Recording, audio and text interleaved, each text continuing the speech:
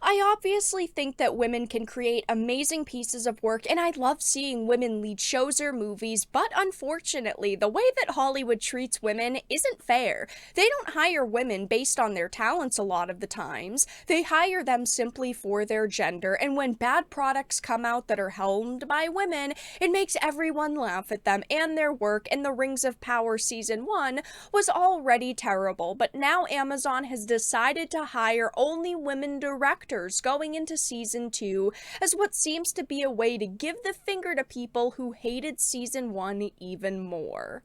I have a bunch of things to show off, but before we get into the topic at hand, if you enjoy the content that I create, please make sure to subscribe to the channel and hit the notification bell.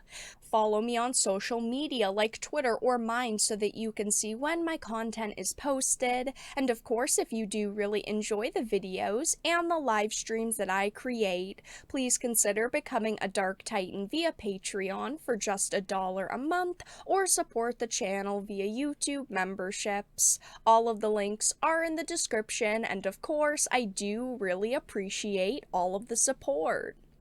So I wanted to start off with this Bounding into Comics article. It says Prime Video announces all-female directing team for The Rings of Power Season 2. Now, we have been waiting for news surrounding Season 2 and the creative team because we've heard a lot of rumors that they were going to replace the showrunners, they were going to quietly phase them out and then announce brand new showrunners for the project. And even though we haven't heard any news on that front, this is a little bit surprising because, we heard nothing about them changing the directing team.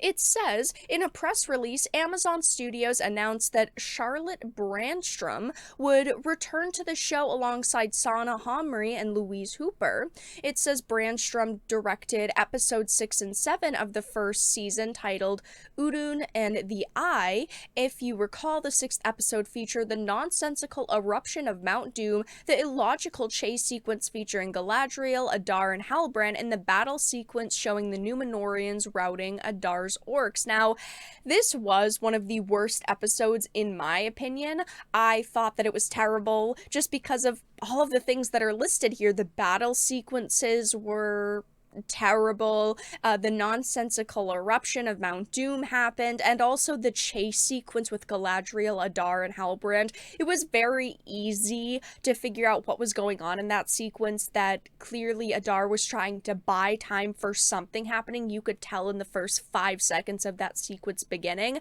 but it just was awful. These episodes were terrible, and I don't know why you would want to keep people who created some of the worst content in the series, and everything with this series was wrong, but these episodes were god-awful.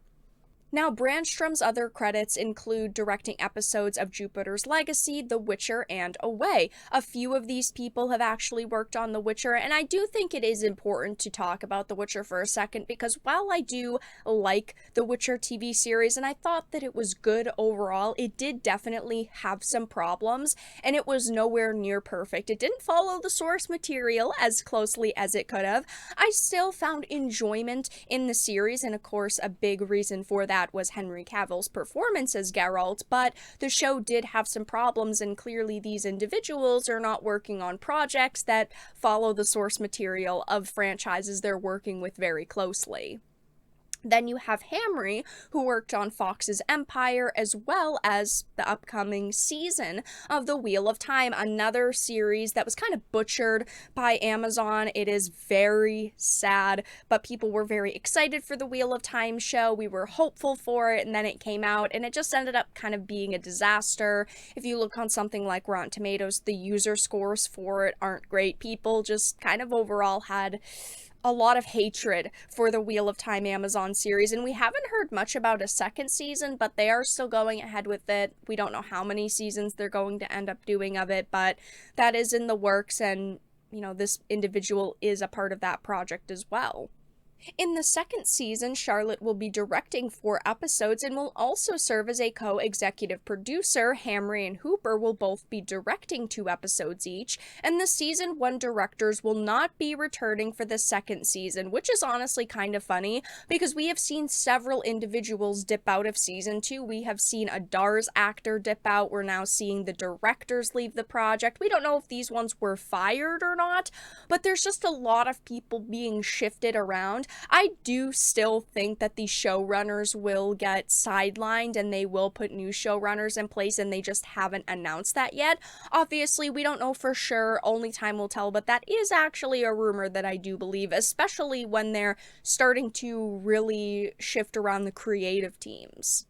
It says, not many details have been revealed on what the second season will feature. However, back in October, the showrunners, J.D. Payne and Patrick McKay, did indicate Sauron will be playing a major role. I have no hope in a season 2, and I just really don't think that anyone on this project can make a season 2 good. I just feel like they have strayed so far away from the source material, and they have disregarded so many characters and stories and details that people love, that there's no way that they can actually make an authentic Tolkien experience from this series at this point, unless they're going to act like season 1 didn't happen at all, which of course they're not going to do. I just don't see a way they can save this show at this point. And we've heard many lies from the creative team because the showrunners previously said they were going to make season 2 a more authentic Tolkien experience, yet at the same time they said they had already nailed down the script and season outline before season 1 even came out, so we can't believe anything they say.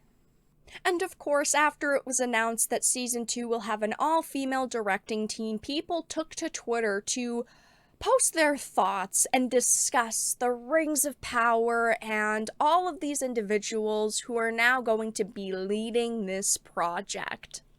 Yes, it was a lack of women that made the Rings of Power suck. If only they had thought of that before. I'm sure season 2 will be much better. Yes, everyone, clearly it's not the awful CGI, it's not the bad writing, picking mediocre actors. No, it had to be the women, so Amazon has fixed the situation. They have decided to hire as many females as possible to fix this show, because surely that will work. I just don't know what the hell they're thinking. They need to fix the core problems with the show, and it doesn't matter who's behind the screen as long as everyone behind the screen follows the source material and just wants to make it the best show possible.